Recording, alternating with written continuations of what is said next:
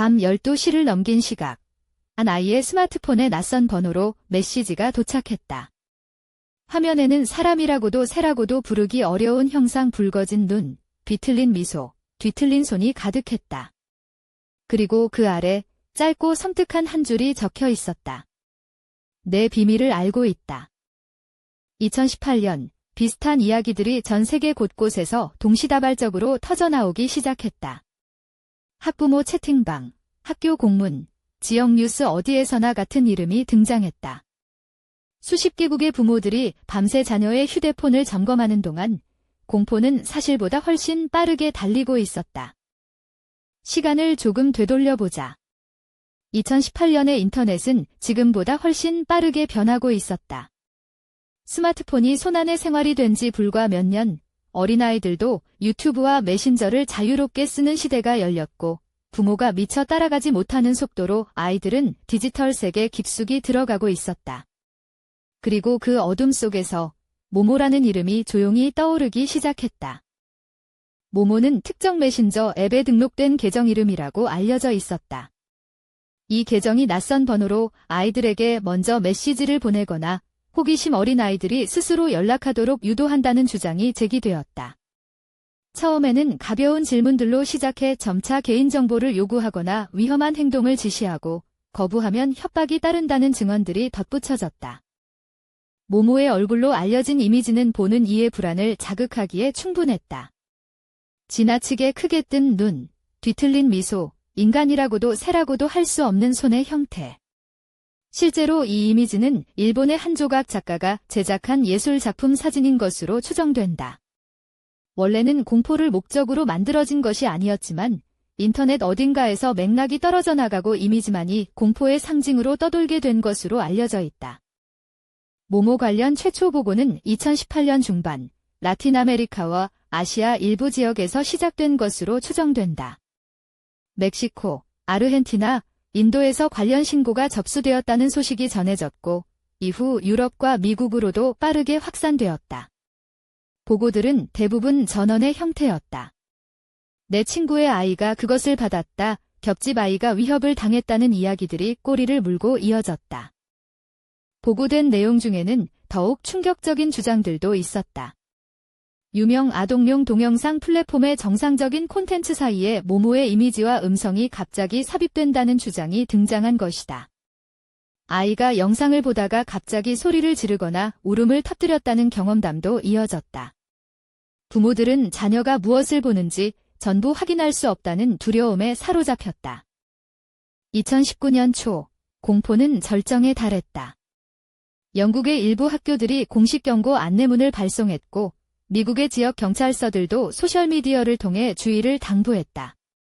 심지어 일부 국가의 정보기관이 조사에 착수하겠다는 발표를 내놓기도 했다. 공포는 이미 개인의 차원을 넘어 하나의 사회적 사안이 되어 있었다. 그러나 조사기관들이 실제 수사에 들어가자 상황은 예상과 다르게 흘러갔다. 영국, 미국, 유럽의 여러 법 집행기관들은 모모 챌린지로 인한 직접적인 피해 사례를 단 한 건도 확인하지 못했다는 결론을 내린 것으로 알려져 있다. 신고는 넘쳤지만 구체적으로 검증할 수 있는 증거는 없었다. 범죄의 흔적은 있는데 범죄 자체가 보이지 않는 수사관들에게는 전례 없이 곤혹스러운 상황이었다. 한편 연구자들은 모모 이미지의 출처를 추적했다. 해당 이미지는 일본의 특수 조형 작가가 제작한 조각 작품 사진인 것으로 추정되며 2016년 도쿄에서 전시된 바 있다고 알려져 있다. 이 작품은 원래 아이들을 겨냥하거나 공포를 조장하려는 의도와는 무관한 것으로 보인다. 누군가가 인터넷에서 이 이미지를 가져다 모모라는 이름을 붙이고 공포의 아이콘으로 재가공했다는 설이 유력하게 제기되고 있다. 팩트체커들과 미디어 연구자들이 내놓은 분석은 명확했다.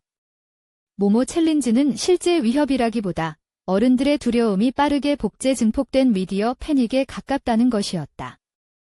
원래는 작은 인터넷 밈에 불과했던 것이 뉴스와 학부모 커뮤니티를 거치며 거대한 괴물로 부풀려진 셈이었다.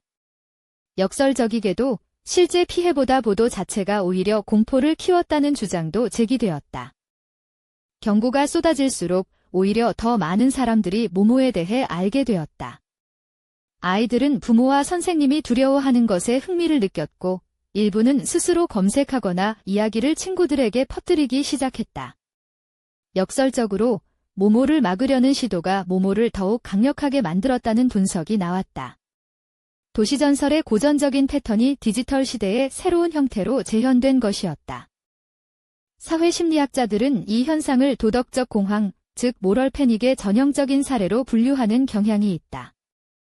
모럴 패닉이란 사회가 특정 위협에 대해 실제 위험보다 과도하게 반응하는 집단적 현상을 가리킨다.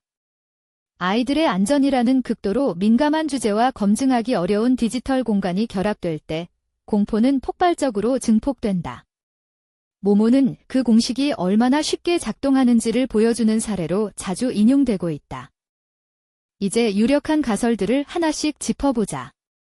첫 번째는 실제로 악의적인 운영자들이 조직적으로 아이들에게 접근했다는 주장이다. 이 가설은 피해를 호소한 일부 증언과 의심스러운 메시지 기록들을 근거로 든다. 그러나 세계 여러 수사기관이 조직적 운영의 증거를 끝내 확인하지 못했다는 사실, 그리고 대부분의 피해 사례가 검증의 단계를 통과하지 못했다는 점이 이 가설의 한계로 남는다. 두 번째 가설은 모모 챌린지가 처음부터 조직화된 실체 없이 미디어와 소셜 네트워크가 만들어낸 집단적 착시였다는 것이다. 실제 피해 사례의 부재, 언론 보도와 공포의 동시 급등, 과거 유사한 인터넷 괴담 사례들이 근거로 제시된다. 다만 이 가설도 완전하지 않다. 일부 국가에서 모모를 언급하는 실제 메시지가 확인된 사례와 아이들이 경험한 심리적 공포 자체는 여전히 설명이 필요한 부분으로 남는다. 세 번째로 제기되는 가능성은 두 가지가 뒤섞였다는 시나리오다. 실제로 일부 모방범이나 장난꾼들이 모모의 이름을 빌려 아이들을 희롱했을 가능성은 배제하기 어렵다. 하지만 그 실제 사례들이 미디어의 공포와 결합해 수십 배로 부풀려진 것이라는 설명이다. 이 가설이 가장 현실적으로 들리지만 어느 부분이 실제이고 어느 부분이 공포의 산물인지를 지금 시점에 분리하는 것은 사실상 불가능에 가깝다. 모모 챌린지가 남긴 가장 불편한 진실은 이것이다. 우리는 그것이 진짜였는지 아직도 알지 못한다. 세계 각지의 수사관들이 움직였고 연구자들이 분석했고 언론이 쫓았지만 모모의 정체는 완전히 밝혀지지 않은 채로 남았다. 어쩌면 가장 큰 공포는 모모라는 존재 자체가 아니라 그것이 진짜인지 가짜인지조차 알 수 없다는 불확실성이었는지도 모른다. 모모 챌린지는 디지털 시대가 만들어낸 기묘한 역설을 보여준다. 검증되지 않은 공포가 검증된 사실보다 훨씬 빠르게, 훨씬 멀리 퍼질 수 있다는 것. 모모는 어느 순간 잠잠해졌지만 그것이 보여준 공포의 작동 방식은 오늘도 다른 이름으로 어딘가에서 되풀이되고 있을지 모른다. 당신은 어떻게 생각하는가? 모모는 진짜였을까? 아니면 우리가 함께 만들어낸 것이었을까?